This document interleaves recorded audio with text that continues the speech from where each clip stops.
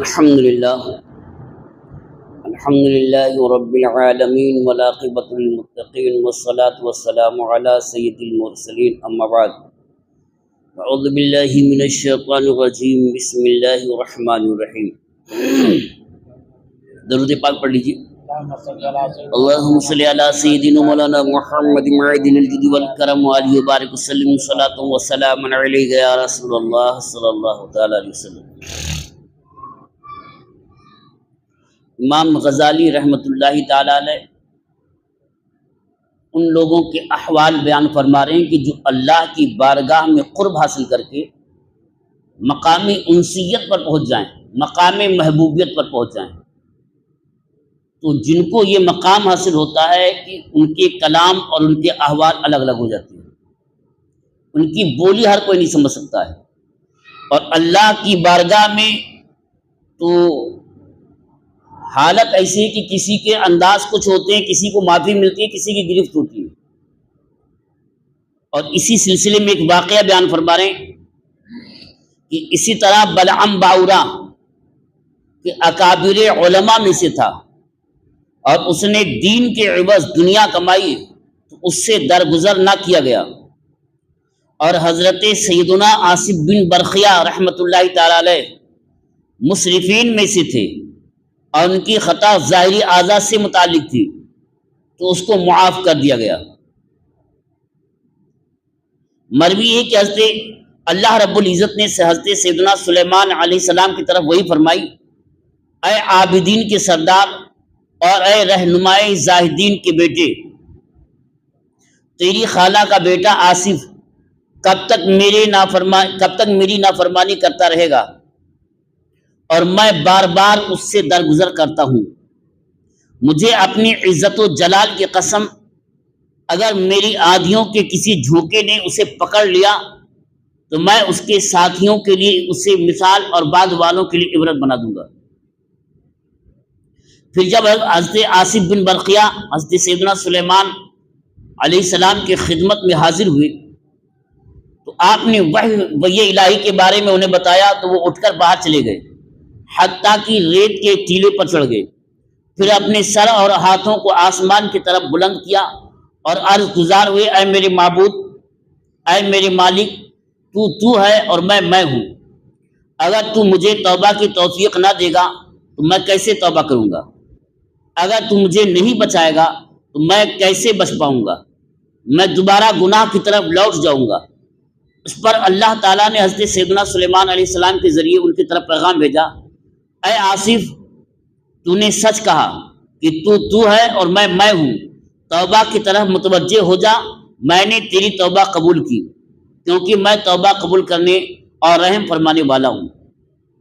حضرت سیدنا آصف بن برقیہ رحمۃ اللہ تعالی علیہ کا یہ کلام ناس کے ساتھ کلام کرنے والے کی طرح ہے، اور اس کی طرح ہے جو اللہ تعالیٰ سے اسی کی طرف دوڑے اور اسی سے اس کو دیکھے۔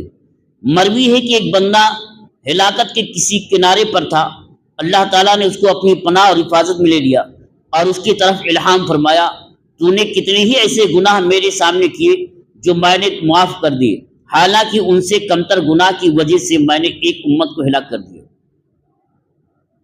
یہاں پر ایک تو بلعم باورا کا واقعہ ہے۔ بلعم باورو کے بارے میں آپ نے سنا ہوگا۔ واقعہ یہ ہے کہ حضرت موسیٰ علیہ السلام بنی اسرائیل کو لے کر کے ایک قوم کی طرف جہاد کے لیے نکلے، تو یہ بلعم باور انہی میں سے تھا، اور بہت اللہ کا نیک مقرب بندہ تھا، اور اس کی دعا کی قبولیت کا یہ عالم تھا کہ جو بھی دعا کر لیتا اللہ تعالیٰ قبول کر لیتا۔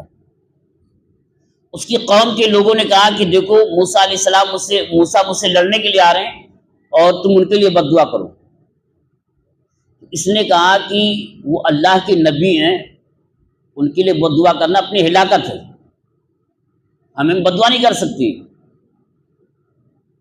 بار بار انکار کیا، لیکن پوری قوم آ کر کے بیٹھ گئی اور بہت کچھ مال و دولت جمع کیا اور کہا کہ دیکھو یہ دولت تمہارے لیے ہے، اور اگر تم نہیں کرو گے تو ان کی قوم آئے گی، ہمیں مارے گی، ہمارے بچے مارے جائیں گے، بیویاں مارے گی، وغیرہ وغیرہ ڈرائے، تو تمہیں کرنا پڑے گا۔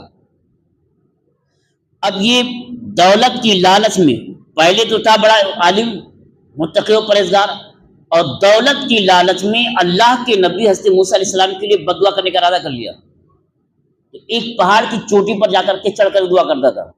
جب وہاں پہنچا تو ہلاکت کے لیے جب کیا تو جہاں حضرت موسیٰ کا نام لینا ہوتا کہ ہلاک کر اس کا ہی نام آتا.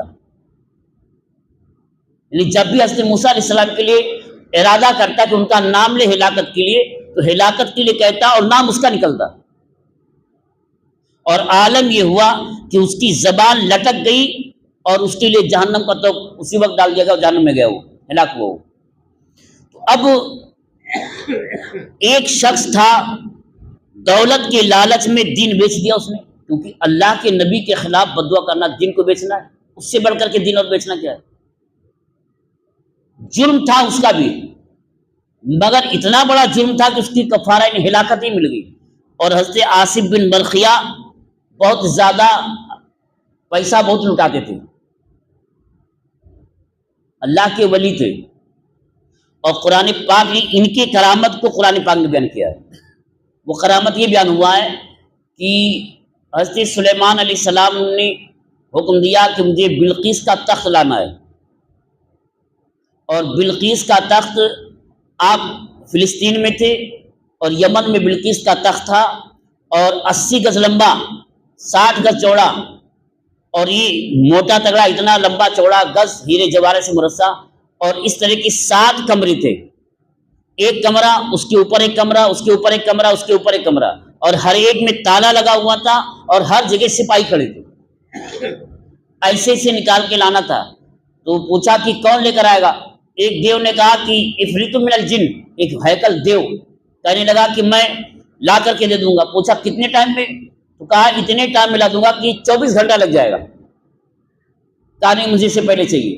تو حضرت آصف بن برقیہ نے کہا کہ انا آتیکا قبل ان یتبدا طرفک, حضور میں آپ کے پلک اوپر سے نیچے آنے سے پہلے لا کے حاضر کر دوں گا.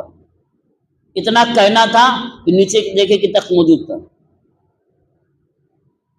یہ اللہ کے ولی تھے اور حضرت سلیمان علیہ السلام کے صحابی تھے, مگر مواخذہ ان کا ہوا. مواخذہ کیا ہوا کہ تم زیادہ خرچ کرتے ہو, اسراف کرتے ہو. اور اللہ کے نبی حضرت سلیمان علیہ السلام کی طرف اللہ نے وہی فرمائی کہ میں اس کو معاف کرتا رہتا ہوں, توبہ کرتا رہتا ہے, اور اگر میں عذاب دوں تو ادنا سے عذاب میں پوری دنیا کے لیے عبرت بن جائے گا. حضرت سلیمان علیہ السلام نے جب یہ فرمایا اور حضرت آصف بن برقیہ سنے تو اسی وقت اٹھے اور پہاڑ کی چوٹی پر چلے گئے اور وہیں رونا اور گڑ گڑانا شروع کیا. اے اللہ اگر تو بخش دے گا تو ہی بخشنے والا ہے, نہیں بخشے گا تو معاف کرنے والا کون ہے, توبہ کی توفیق دے گا تو میں توبہ کروں گا. بہرحال ایسی مناجات کیے کہ اسی وقت حضرت سلیمان علیہ السلام کو اللہ نے وہی فرمائی کہ میں نے اسے معاف کر دیا. اب یہ کہنا جو انداز کلام دیکھیے کہ اللہ تو نہیں بخشے گا تو میں بخشا کہاں جاؤں گا, میرے گناہ کرنے کی عادت ہے اور تو اگر بچائے گا نہیں تو بچوں گا کیسے.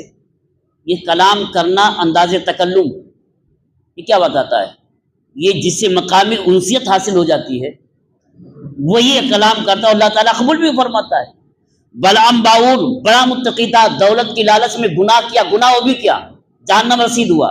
حضرت آصف بن برقیہ سے بھی گناہ ہوا, گناہ یہ کہ اسراف فضول خرچی ہے, مگر اللہ نے ان کی توبہ قبول فرمائی.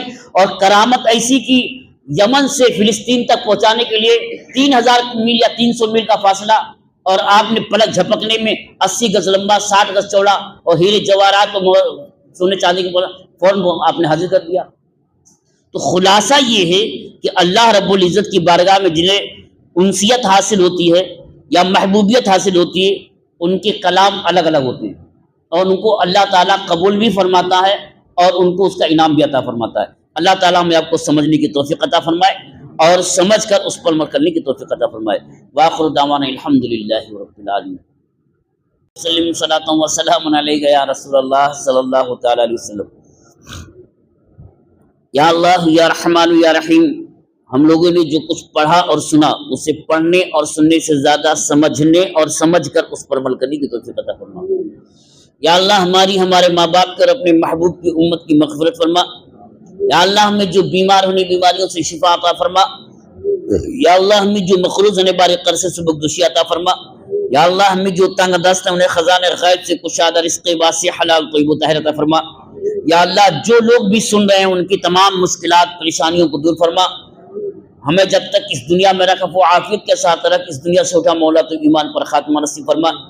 سبحان ربک رب العزت عما یصفون وسلام علی المرسلین والحمد للہ رب العالمین، آمین آمین، بحق لا الہ الا اللہ محمد رسول اللہ صلی اللہ علیہ وسلم۔